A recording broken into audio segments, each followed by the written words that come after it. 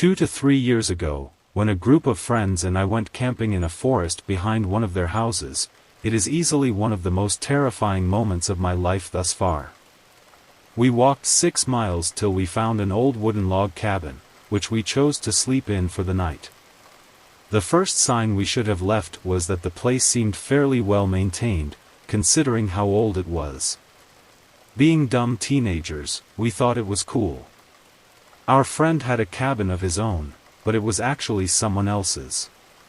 It's about 9 o'clock or 10 o'clock at night, and we've been drinking and doing pot when one of our buddies turned, looking at a window before turning pale. Noticing this, we asked him what was wrong, at which point he informed us he saw someone out the window. Thinking he was just drunk and high, we told him to relax. Soon after, we all headed to bed. It was late in the night when I awoke to the sight of the door unlocking and someone walking into the cabin. I initially thought it was one of the guys until I looked around and noticed everyone was still inside the cabin. Another one of my friends noticed the guy too. He tried to suppress a squeal of fear, and I bit my tongue trying not to make a noise myself. This dude comes over and starts stroking our hair before going to a corner and wanking it while staring at us. I wanted to run, but I was paralyzed by fear. A few minutes later, the guy walks over and stares at us before leaving the cabin. Exhausted from fear and adrenaline overload, I crashed. The next morning, I asked if anyone else witnessed it, and everyone had except for the guy who slept in the bed, who, lucky him, slept through everything. We grabbed our stuff and left immediately, running off. We noticed the man from the night before, and one of my friends screamed in surprise and fear. The man looked to be in his 50s or 60s, with gray hair and torn jeans. We continued running until we made it back to our friend's house. I never told anyone what happened until now, and I kind of regret that. If you are ever in the woods and see a cabin, I'd recommend not making assumptions in staying the night, but if you should maybe bring a weapon to be safe. We didn't, and things could have turned out a lot worse.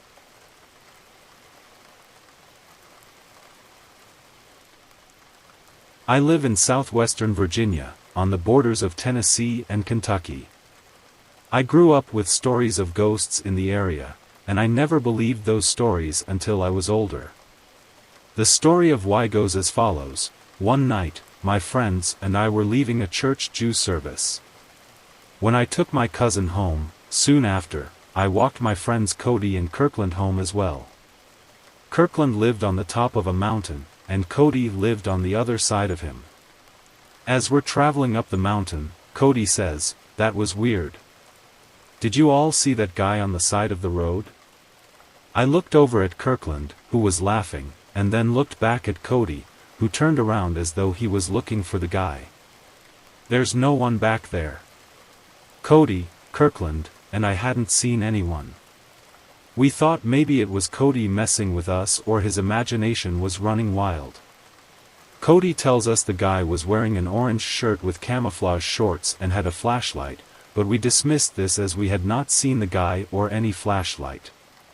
Cody continued insisting the guy was back there, at which point I pointedly asked if he wished for me to turn around and prove to him there was no one there. To my surprise, Cody said, yes. I've known Cody for a long time, but looking at him now, he seemed more serious than I'd ever seen him before and even a little afraid. I nodded and turned the vehicle around to search for this guy he had spoken of.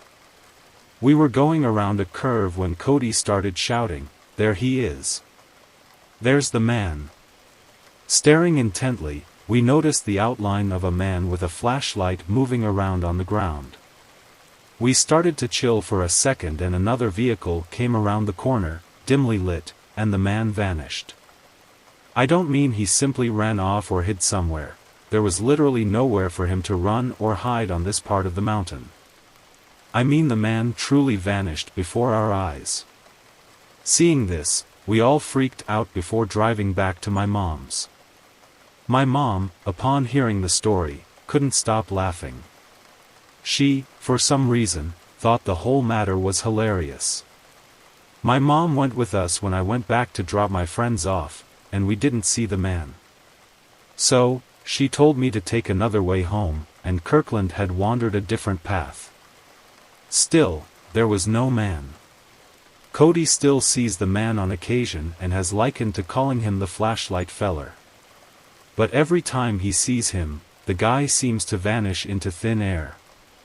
We still have no explanation for this, but ever since I witnessed this event, I believed in ghosts ever since.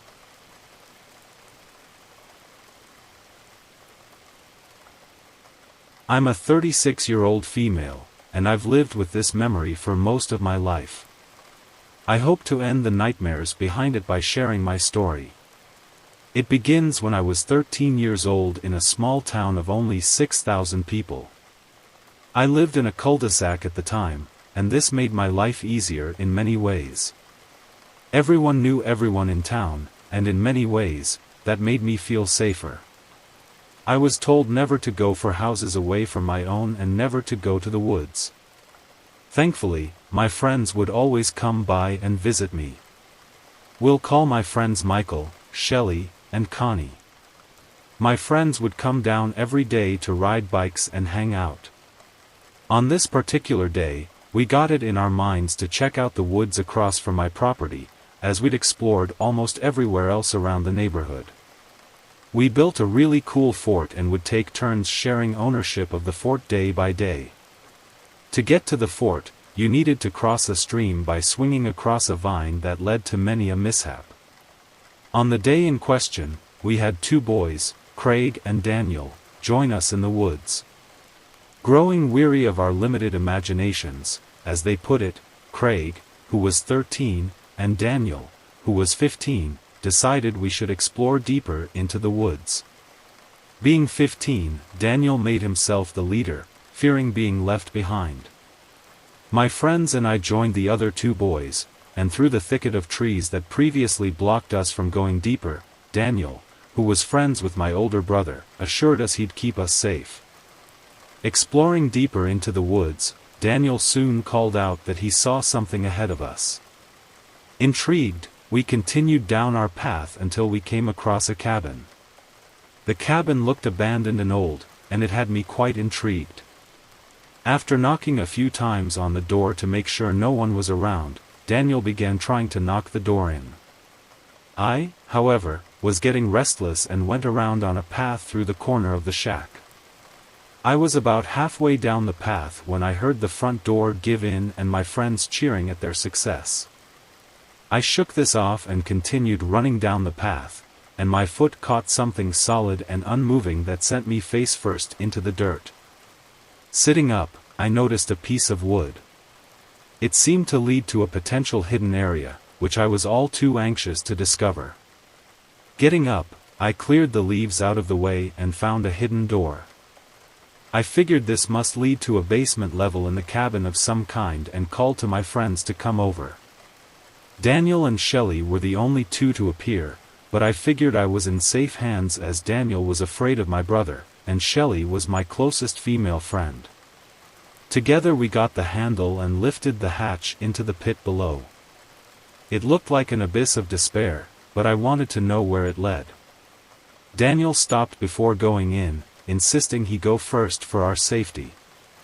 I wanted to argue, but Shelley smartly informed me that if something happened to him, we'd have a chance to escape. Daniel further insisted by saying that if anything happened to me, my brother would murder him. Seconds later, Daniel was down the stairs and shouting we should see something. I rushed down the stairs to see what he spoke of when I was overcome by a malicious, sinister sort of feeling. I couldn't place what it was, but something was definitely wrong with this basement area. Daniel pulled out a flashlight and continued exploring. I slapped him on the arm and informed him that he had been here before, accusingly. He looked away, asking what it mattered, when I felt myself growing angrier. I told him he could have at least told us he'd been in the area before and what to expect, like the placement of musty rot and dead animals. Daniel pressed forward, and as I began scanning my surroundings some more, I had taken maybe 5 steps when I heard something that sent the hairs on the back of my neck screaming into my scalp. Danny looked like a statue, frozen in place. When I asked him if he was okay, he stiffened but said nothing, at which point I felt even more afraid. Daniel mumbled something I couldn't understand, and before I knew it, he was on top of me, shoving me towards the stairs. He yelled for me to go, to get out, but I was confused. Daniel scrambled up past me, and I thought I was done for, until he grabbed my hand and yanked me out of the hole. As I turned to head out, I could hear laughter echoing below. Daniel helped me up, and we ran as we all screamed for the others. Everyone joined us out front when Daniel yelled, "He's here, run." Craig didn't hesitate to run, but the rest of my friends looked around in confusion. I knew at this point that Craig was not shoving us along, and Daniel had encountered what was there before. It angered me to think that they'd bring us here, knowing it could be dangerous, but I had little time to dwell on it as we continued running through the woods. Behind us, close by, we could hear that evil laughter echoing once again. This made everyone freeze in their tracks. Shelley and Connie began crying, while Craig shouted, "No," and I pressed Shelley and Connie that something or someone was pursuing us, and we couldn't stop moving. We had to make it home. We rushed over and down a hill, and my foot caught a molehill, and I went tumbling downwards towards the bottom. Landing at the bottom, I winced in pain as my ankle was messed up. I kept praying this wasn't the end, and I wasn't going to die here as I cried for someone to assist me. Daniel and Craig scooped me up and continued running as they carried me. We were getting ready to navigate the stream when I heard a familiar voice, and I shouted, "Dad." My dad and brother appeared and carried me while the other parents showed up to help their other kids. I was crying from both the pain and from the fear of whatever had chased us. Daniel was about to explain what happened when we all heard a scream from the woods. The scream echoed through the woods, and my dad shook his head and said, "Never again." One by one, our parents escorted us all home, and we were left in dismay. While they all explained we were never to go near the woods again, I eventually was home safely, confused but otherwise okay. I never got answers as to what was in the basement or what it wanted. I've been left with more questions than answers, and every day without an answer just makes my curiosity grow. I will always be left wondering what was in there that gave chase, and why.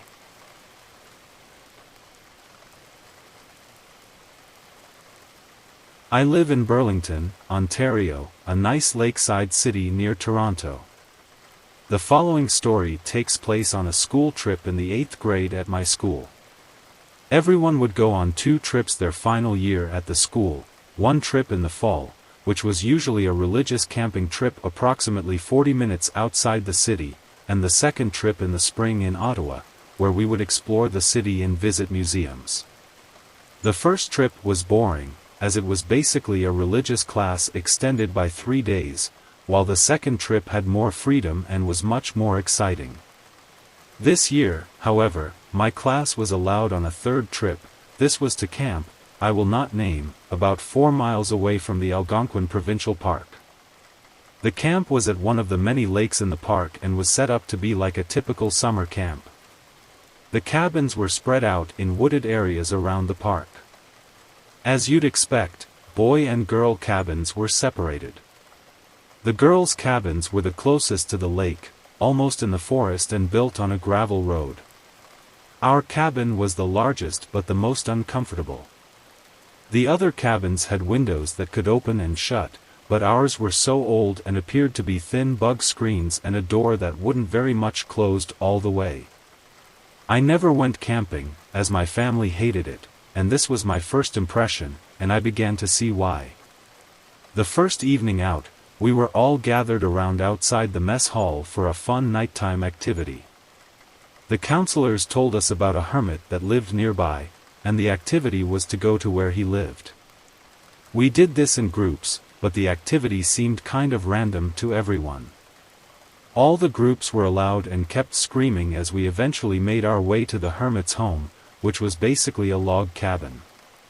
After we headed back to the camp, we never saw anything strange, but other groups described seeing a creep lurking in the darkness, as well as a pair of glowing blue eyes in the woods.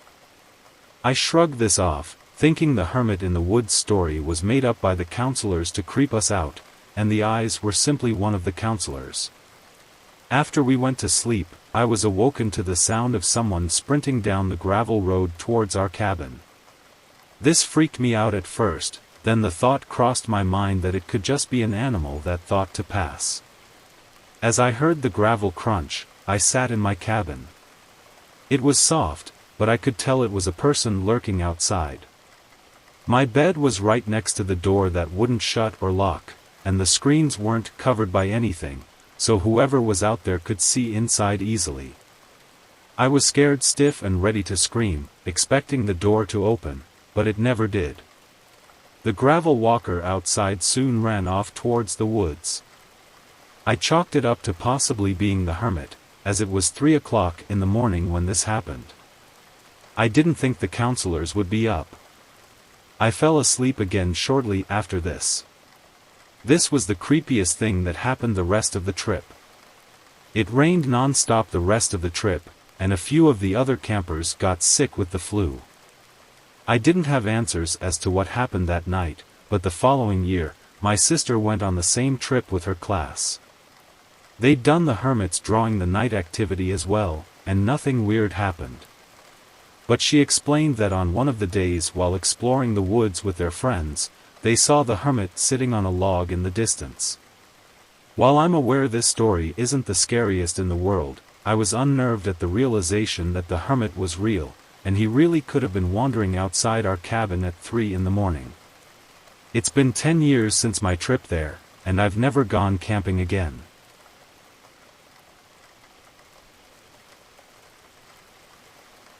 I'm a 21-year-old woman, and this happened to me in the summer of 2012 when I was a 13-year-old girl.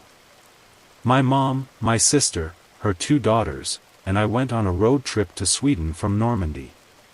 We booked a cabin a few hours from the border, which wasn't exactly huge. There were around 20 cabins and one big white house in the main building. When we arrived, we got the keys to the cabin, only to realize the place had a bunch of dog hair in it. My sister and I are allergic, so my sister came with me to get the keys to the White House. Soon after, we went shopping, and when we got back, we had a barbecue while playing volleyball together. I had a hard time focusing as I kept feeling like someone was watching us. I looked to the second floor but saw nothing. My sister also looked there. Before it got cold, we all went inside, sat around the table, and played cards. Once again, I felt like someone was watching us. Looking down the hallway, I saw nothing. Soon after, we grew tired and decided to go to bed. My mom shared a room with me on the second floor, while my sister and her daughters were in a room below us on the first floor. Falling asleep quickly, we were awoken 20 minutes later to the sound of my mom's phone going off. It was my sister asking us to stop making so much noise. We informed her we hadn't and we were sleeping. Later that night, after falling asleep, I woke up again. But this time, I saw an old woman in a white dress staring at me, gazing into my eyes. The woman had curly hair and wore glasses. I didn't think much of this, as I assumed I was dreaming, so I closed my eyes again. Before I knew it, my mom's alarm was going off as it was time to get up. Now, my mom got up and took a shower while I ran downstairs crying. You know that feeling you get where you've got to get upstairs or into bed, or else someone is going to kill you? That's the feeling I had going downstairs to my sister. I helped make breakfast, and so my mom returned from the shower. During breakfast, the oldest girl said she didn't wish to stay here anymore, but she wouldn't say why. I told my mom we needed to go to the main building and explain everything that happened last night. When we arrived, the receptionist smiled and asked if I had slept all right. My mom said, "What happened?" At which point, the receptionist stopped smiling. The receptionist informed us that we were the fourth group in a week to speak about the old woman and strange goings-on in the building. The woman then explained that she never goes alone to clean the building, as the White House was the main house on a farm that burned down completely. Around the house, everyone who lived on the farm died. We soon changed cabins for the final night and were informed we didn't need to pay because of the events of the previous night. When we arrived at our new cabin, one of the daughters needed to use the restroom but didn't want to go alone. I informed her not to lock the door, and I'd be right outside. Once she finished, we went to open the door, but it wouldn't open. The air suddenly grew cold, and we started to panic. Once the door did open, we left, got a new cabin, and went for a walk. Later, after we went to sleep for the night, the oldest daughter said, "Good night, Olga." My mom asked who Olga was, at which point the daughter answered, "It's the lady, she's here." The next morning, we left at about 6 o'clock in the morning. We passed a large white house to find a new family that stayed there standing on the lawn. One of them was pointing to the second-floor window. It was the same window we'd stared at the first night we stayed there, the one where we first saw the lady in white.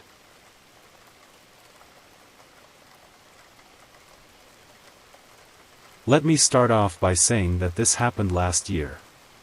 I am a male, and I was 16 at the time. My parents owned a pretty big cabin up in the mountains, and once winter hit, we would go to the cabin and stay there until January.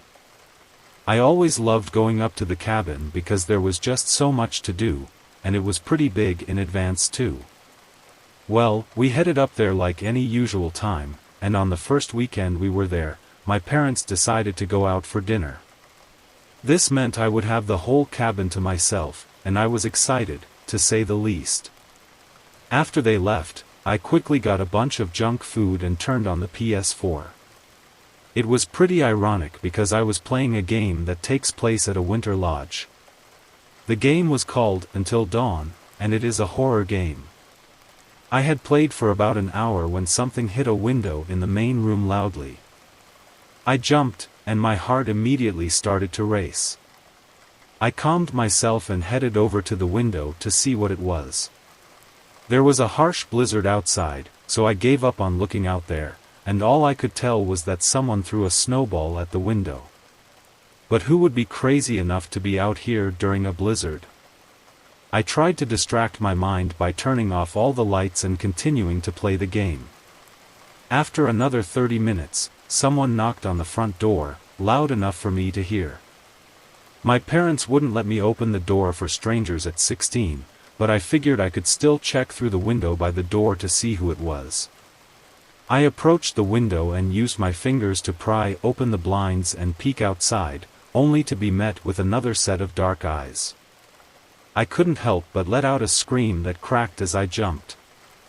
I immediately felt my heart skip a few beats as I tried to comprehend what was happening. Suddenly, a rock smashed through the window by the door, and I ran into the kitchen to grab a knife before ducking behind the counter. I heard the heavy footsteps of boots, and a man grunted as he walked. He headed towards the room with my PS4 and the TV on to look for me. Once his outline was out of view, I headed into the basement. My dad had a rifle in there, but I didn't know exactly where it was. I tiptoed to the basement door and shut it behind me as I descended down the steps. At this point, I was more scared than I ever imagined I could be, but I tried to focus. I eventually found an old flip phone and quickly called the police. I explained the situation, but it probably came out as rushed, half words. They told me to get a weapon and remain calm since they couldn't send anyone until the storm cleared. I hung up and set the phone down on the counter, my chest aching from my heart pounding against it. As if the man heard me, he had smashed open the basement door and quickly ran down the stairs. I hid behind an open door, and since my basement was large, I tried to form a plan with whatever thoughts I could muster. It was a terrible idea, but I planned on waiting until he walked through the door, so I could lock him in the room and run for the main floor and outside. It was hard for me to hold my breath, and I couldn't help but breathe heavily. The only reason he didn't hear my breath was probably because he was grunting loudly. He didn't seem mentally stable, and he had our double-bladed action marshed. God knows what other things he would have taken from the shed. To my surprise, he didn't see me through the crack of the door and walked by. I took 2 big steps and slammed the door before going to lock it. The only problem was, I hadn't had the time to think clearly, and there was no lock. My memory gets foggy at this point, and I hate reliving it, but I'm pretty sure it went down something like this. I went to lock the door, and there was no lock. Before I could turn and run, he had already kicked the door, and it slammed into my face. I remember blood pouring from my nose, and I stumbled up the stairs as quickly as I could. My nose was broken. I tried to get out as I opened the door and took off. I quickly got out of view because of the blizzard, and I laid in the snow to hide. My body hadn't processed how cold I was since I was overtaken by adrenaline and shock and the pain. After a few moments, I heard the grunts of the man coming into view. He hadn't seen me yet but was following my footprints and blood trail. I got up and sprinted as fast as I could to the woods. I couldn't see a thing and tripped on something. I don't remember what it was, but I fell forward and rolled down a small hill into the snow, twigs, and leaves. My face ached from the door, and whatever I tripped over had scratched my ankle. I lay there for what felt like an hour but was probably only 5 minutes. I thought I heard his grunt somewhere in the middle, but I'm not sure. After I assumed it was safe, I slowly limped back to the cabin and hid in my closet.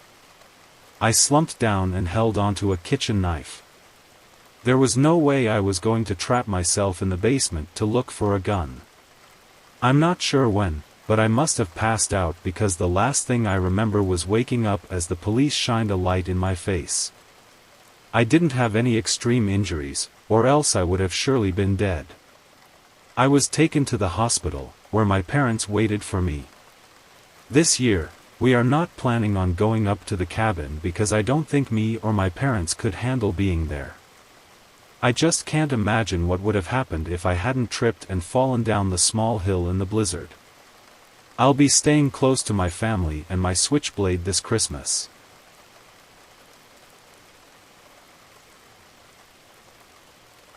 My name is Lucas, and I'm 16. I live in Pennsylvania, near the Appalachian Mountain Range. As a kid growing up, we would always go up to my uncle's cabin in the mountains, where we also hunted. There is a long driveway leading up to the cabin, and a big parking area with a spotlight looking down on it. It was late November, the night before the start of whitetail buck season. So, we had our regular get-together at the cabin. There was a lot of drinking going on, so I kind of distanced myself from all of it and went outside to take a smoke break. As I walked outside, I will never forget the sound I heard. It was a mix between an animal in distress and almost a creepy laugh. I am easily scared, and I quickly went back inside. After a while, the others went to sleep, and it was just me still awake. I suffer from sleep insomnia, and my mind races all night. I was thinking about something random when, all of a sudden, I heard the same noise I had heard before. It was very disturbing. I eventually fell asleep and woke up the next morning, ready to go hunting. We got done hunting, and I forgot all about it. By that evening after supper, night came along again, and once again, the older people I was with were slamming beers. So, I just played on my phone. One of the guys went out for a smoke break and didn't come back for a while, maybe 10 or 15 minutes. So, my dad told me to go check on him. As I walked outside, I saw him standing next to my dad's car and yelled, "Hey, we were wondering where you went off to." But then I nearly crapped myself as I heard a voice behind me say, "Oh, I'm sorry, I was looking for my playing cards in my truck." I turned around to see him walking towards me, and as I looked back in my dad's car, there was no one. I didn't want to look like an idiot in front of anyone else, so I mentioned it only to my dad. He told me I must have seen the shadow of a tree or something. He is a Christian and refuses to believe in anything that's like paranormal. The next morning, we heard a shot ring out, and we came to find out my uncle had shot a deer. We helped him collect and clean it and hung it up so we could butcher it. They then all celebrated by drinking more beer. Now, I was once again left out. It was around 4 p.m. now, so we were about to eat the deer my uncle shot when my uncle said something. He said, "That's funny, I could have sworn I put the chops over the grill to cook." I shook it off as being a coyote or something. So, we ate our supper. Once again, it was nighttime, and we were all getting ready to go to bed. Again, I couldn't sleep, so I sat up on my phone and played games. I forgot to mention that whenever my uncle shoots a deer, he throws all the guts into a pit we call the feeding trough, as there are a lot of coyotes in the area. It's just a way of giving back to the wildlife, I guess. Anyway, I was lying in bed when I heard that same noise again. It sounded farther away, and I wasn't worried about going to take a look outside to maybe try and put an image to the strange and creepy noise I was hearing. So, I looked out the front door, and I saw it. It was on all fours, eating the guts out of the feeding trough. I thought it was a coyote at first, but then it stood up, and it was looking straight at me. I couldn't see its face, but I could see shadows from the top of its head, which I perceived to be horns maybe. I didn't even bother moving a muscle, way too afraid it would come charging at the door. It stared at the cabin for just a few minutes and then got down and trotted off and just disappeared.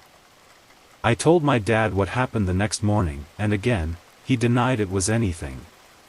He just thought that I was going crazy or something. Luckily, that was the last night I was staying there. The next day, I went online to Google anything that had any similarities to what I saw. I guess it could have been a skinwalker or a wendigo, but I was never able to put a name to it. It still creeps me out to this day, and even though my uncle sold that cabin since, I will never step foot in those mountains again. I'm still scared to even look out my window at night. I just never want to see anything like that ever again. Thanks for watching, and if you enjoyed these allegedly true creepy stories from Cabin in the Woods, be sure to hit that like button and subscribe and turn on notifications to never miss a new video, as I upload them almost every single day.